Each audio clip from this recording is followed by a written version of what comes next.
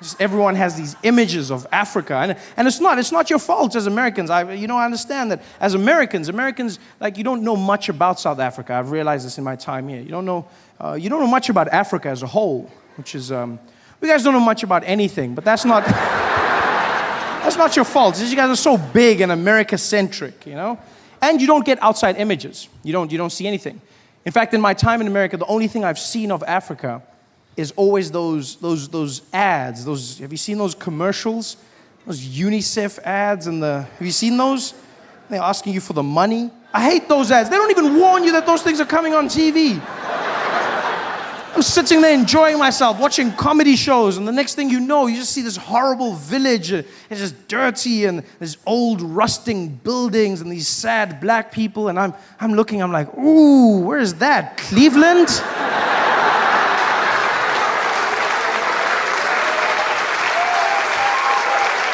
And then a thing comes up, and it's like, Africa. I'm like, really? Where? And then they show you the starving people, and it's always the same. They've always got the starving look. They always do the pose. They've always got that, like, why haven't you called look? One by one. And they show you these people, and there's a starving mother and a starving child, and it's horrible. And then there's a celebrity. There's always, the most important thing is a celebrity who comes out.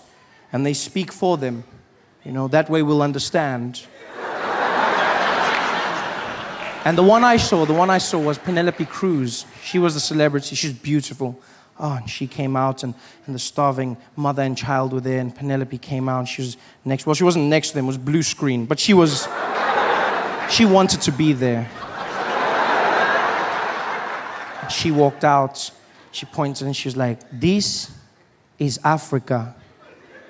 Did you know every year more than 5 million children in Africa die of waterborne illnesses and diseases that could have been prevented? You can make a difference in this child's life. I know you're sitting at home, and like me, you're saying, Ba Penelope, I'm so far. What can I do to help? Well, I'm here to tell you, it's easier than you think. And it's a wonderful message, and she's beautiful. I'm really trying to pay attention to this, but for the life of me, I can't concentrate because I'm watching, and out of the corner of my eye, there's this fly that's just buzzing around. It's buzzing, and she's just ignoring it, and the fly is there on the eye. How does a fly sit on your eye? You see with the thing in the mouth, and I can't concentrate how do they get the fly there every single time? Can somebody tell me this?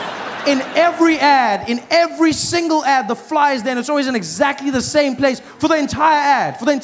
I can't get a fly to sit still in my kitchen for 4 seconds, and I sneak up really slowly, but they can get the fly to sit there every single time they film. I'm starting to think it's like a trick fly. It's a Hollywood fly, isn't it?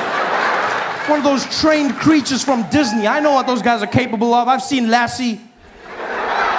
A trained fly. They probably got the fly on lockdown. They're ready. They get everybody together. They got the starving people. They're like, okay, we're ready to shoot. Where's the fly? Here, sir. Here, sir. Come on, boy. Get it.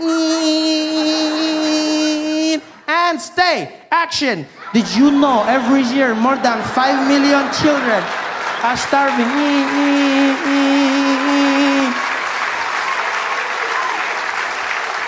Horrible. Hate those ads. Hate the people who make those ads. 'Cause, there's people starving everywhere in the world.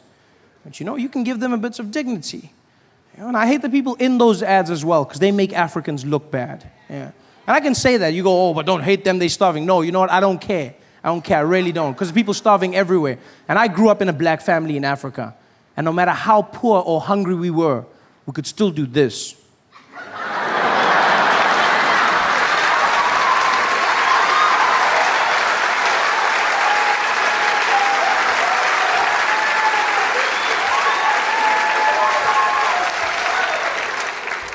Make us look bad.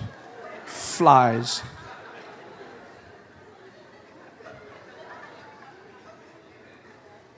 Gangster flies. Look like they're doing shout-outs. Have you seen them? It's having a good time in front of the camera.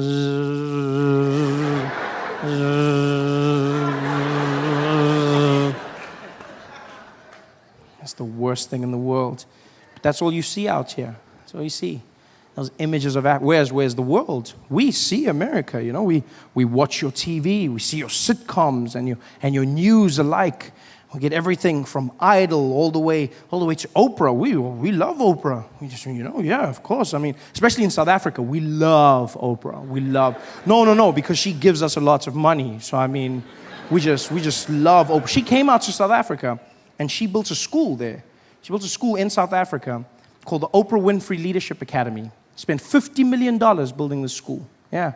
Most expensive school ever built. Most expensive anything, just ever.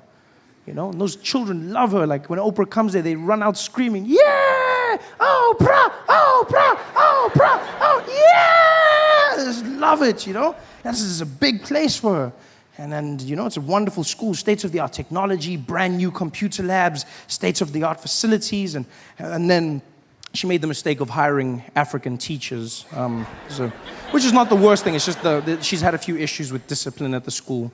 The way the teachers choose to administer the discipline is very different to what Oprah and America believes in, you know. And I blame Oprah. She interviewed them and she said to them, she said, "You guys aren't going to spank them, are you?" And they were like, no, never, Oprah, never. No, we will not spank them. And she left and they were like, yes, we don't spank. Here we beat. We beat. You don't spank a child, you spank a monkey. Here we beat. And that's what they did. They beat the children. They just beat them, which is horrible. I know, I smile. I mean, it's horrible. It's just, I think, in Oprah's school, because Oprah's world is so different, getting a beating in her school must be something different, you know? See the teacher walk into the classroom with a cane, angry, just walking around. "Cynthia, were you talking at the back?" "No, miss, you were talking. That means you're going to get a beating." But because it's Oprah's school, everybody's getting one. You're getting a beating. You're getting a beating. You're getting a beating. Everybody's getting a beating. We've been traveling all around the country now. It's been so much fun, you know, out in places like PE and Cape Town and East London, and recently went to Durban, which was a bit of a schlep for us. It was really hard because it was raining so much, and then on top of the flight delays that you have to contest with, there's also like overbooking, which is a problem. You know, I don't know if you know what overbooking is, but basically it's a legal process where it's a practice rather where airlines book more tickets than there are seats on the plane. So they book more, sort of like a taxi. But then they don't let you get on when you get there. So they just hope you don't pitch up. He's like, please. Yeah. Like, you know, that's what they do. And so we flying down to Durban, and it was the funniest thing ever. We're standing in the queue, everyone's all fidgety in the line, looking at their watches, and they call us forward. They're like, next, please, next. So we go to the counter, and there's one of those women there with her glasses and her relaxed hair, and she's there. And then she's like, "Can I have your ID, please?" And you're like, IDs, everyone puts them down. She's like, "Where are you flying?" And we're like, "Durban, please." She's like, "Durban."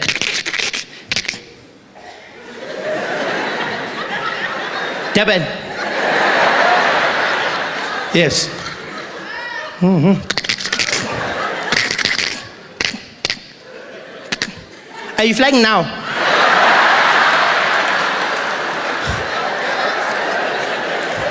No, tomorrow, it's a practice run. Are you flying? And we're like, yes, we need to fly now. Okay. And then she starts typing frantically, which I never understand, because when I book my tickets, all I need to do is click. It's click, Joe, that one, click, that one, click, and then it does it all, and then she's there. I bet she wasn't even busy doing our tickets anymore. She's just like there, clicking. She's probably on like Facebook or something there, updating her status. Yo, another one is here. I'm dead. Another one here. Yo, dead. You overbooking. Dead. Oh, poke back. Dead. You dead. Death by overbooking. Yo.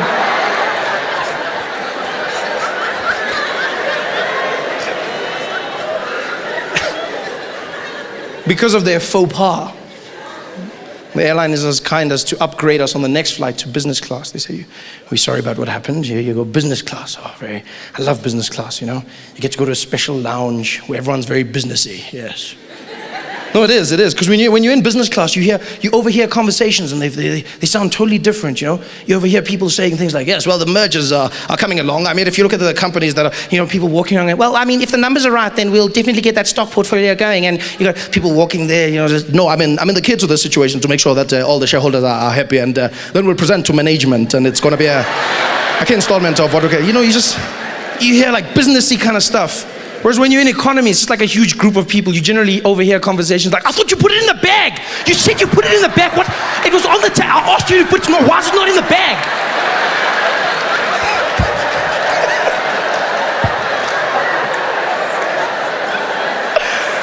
Oh, wow.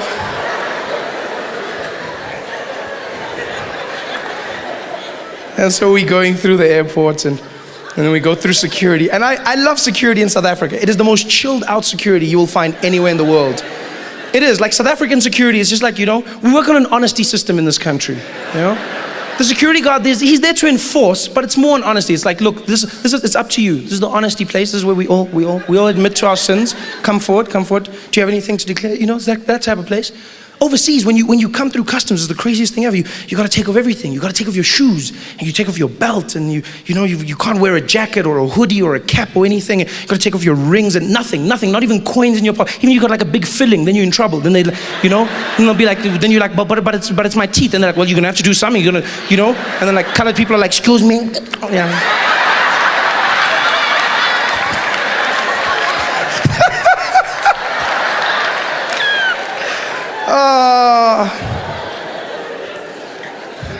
That's great. Whereas in South Africa, I sometimes feel like these security guards don't actually know what their equipment does. You know, they're very chilled out about it. Because you walk through at airport security and you get there and the guy will be like, code number four. And then you go through and you stand there and the guy will be waiting. He'll give you that bucket and he'll be like, what's in the bag? Like, what do you mean? He's like, is there a laptop? Yes. Out. Take it out. Laptop out. Please, put it by itself. Put there, Any other laptop? You're like, no. Laptop out. Like, okay. What did you do? Okay, there it is. Okay. And my gun? No, it's fine. Just the laptop. Yeah. Watching you. It's so much fun. And you walk through the metal detectors, which I swear either don't work or these people really don't understand them at all. You walk through metal detectors, and it's not just at airports, no matter where they are in this country. You walk through a metal detector, a casino, a school, government institution, you'll walk in there, and then it'll make that sound, but then I don't know if they know what that means. Because you walk through and be like, beep, beep, beep, beep, beep, beep. And you see how security guards smile, because they get ready, because they're going to use the wand. They love the wand. You can see they wait the whole day. Yes, my time has arrived. Excalibur, I call upon you. It's like, what the hell is going on? Yeah, just stand there. Yeah. Pulls out his wand. You know those black ones, just pulls them out.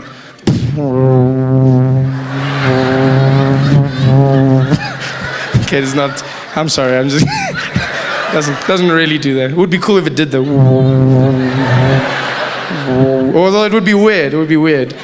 You know, for like some guy from the township to have a lightsaber.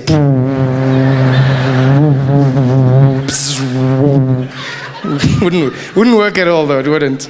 Imagine, it wouldn't be like Darth Vader. It would be like Braveda. Bravi.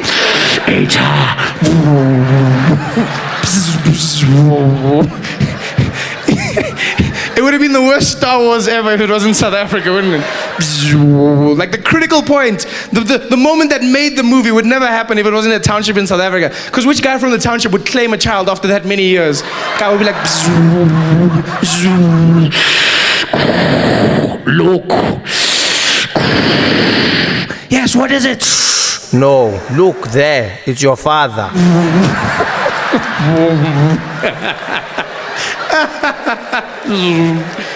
But it wasn't. Okay, sorry. I digress. The wand.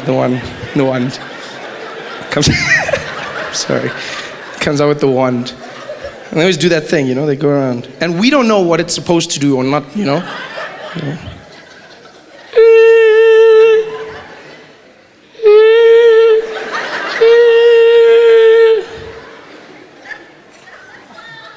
any weapons? What was that for? Even if I had something, I'm not going to tell you now. Obviously, you have been defeated. Any weapons? No. Oh, okay. And that's it. We like work on the honesty system in this country. Everywhere you go. Like, I'd like to meet the genius who invented the honesty book. Ah, yes, the honesty book. Yes, the book of truth. No one can lie when they write in this book. Whenever you visit someone at a townhouse or office complex, we have the book of truth. Fill in the book before you enter.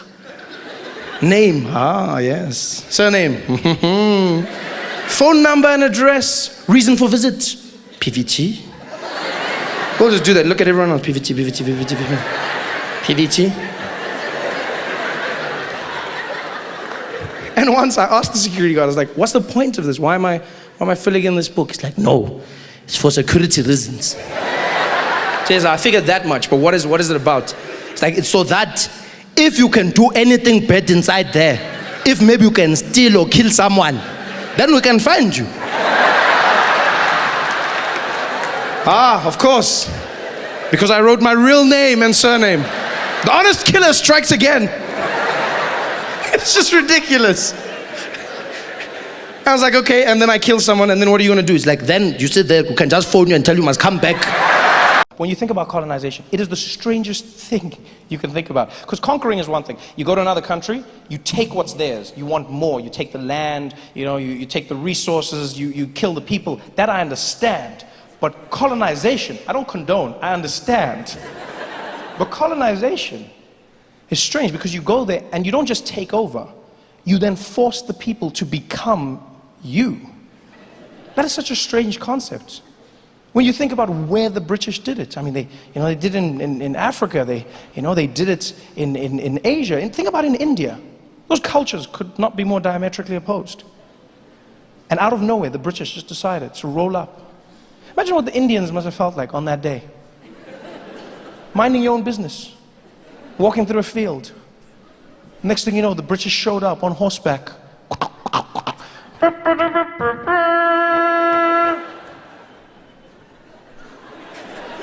Hear ye, hear ye.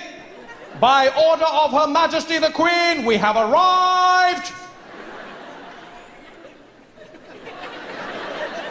You over there, what is the name of this land? This land over here? This is called India. Well, my good man, I am here to tell you that India is now under the British Empire.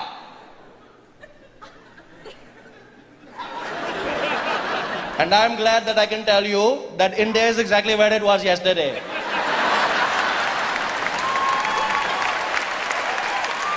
No, I feel you're not understanding what I'm saying. I'm letting you know that we're here to colonize you by order of the Queen. Who is the Queen? The Queen of England, the ruler of Great Britain. She who was ordained by God. Which God? God. The one true God. There are many gods, my friend. What is the name of your God? There is only one God, and his name is God, and you too shall worship him.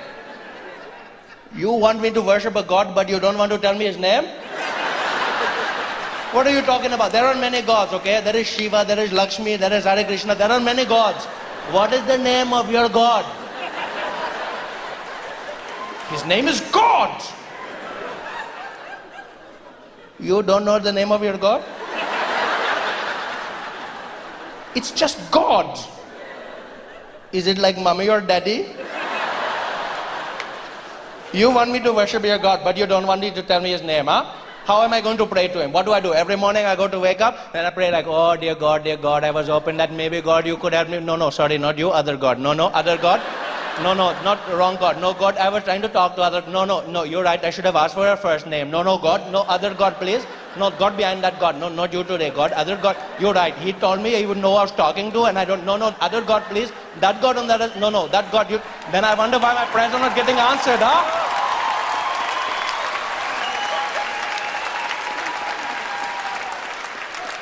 How dare you speak to me like that? Do you know who I am? No, because you never introduced yourself. I have come here representing Great Britain. And I have never heard of Great Britain. Who gave you that name? Well, we did. You called yourselves great? Isn't that a little presumptuous? Shouldn't you wait for other people to tell you how great you are? Huh? Shouldn't you just go around the world and just do good things, good things, good things? Then people go, oh my God, Britain, look how great you are. Well, I beg to differ. I believe we could do it because we knew instinctively. We are Great Britain. Well, in that case, welcome to Great India. No, it doesn't work like that. It doesn't work like that. How dare you speak to me like this? Look, you're the one who dares to speak to me, okay? I was here minding my own business in my land. You came over here riding on your skinny cow, telling me that things are going to change. I don't know who you are. All I know is you are really crazy, okay? You're not feeling too right, and I didn't want to say anything, but you look like you're going to faint. In fact, it looks like you have died last week, okay? Something is very wrong with your skin. You're not looking good, my friend. Maybe you should come down. We have a curry. We talk about this. What are you talking about? I look quite normal. You do not look normal, my friend. I've never seen anybody with that complexion in my life, okay? You look like you're playing hide and seek with the sun your entire life. I don't know what is happening, but that is not how a person should look, huh? I can see your veins pumping through your skin right now. Do you know how creepy that is? Pumping, pumping, pumping, pumping. If I was your doctor, I don't need X-ray machine. I just go, what is problem? It is your kidney. How do I know? Because you're translucent. That is how I know. Damn you, we are going to run this country whether you like it or not. We are not going to do anything you tell us. You're a madman. We are going to take it. You're not taking. We're going...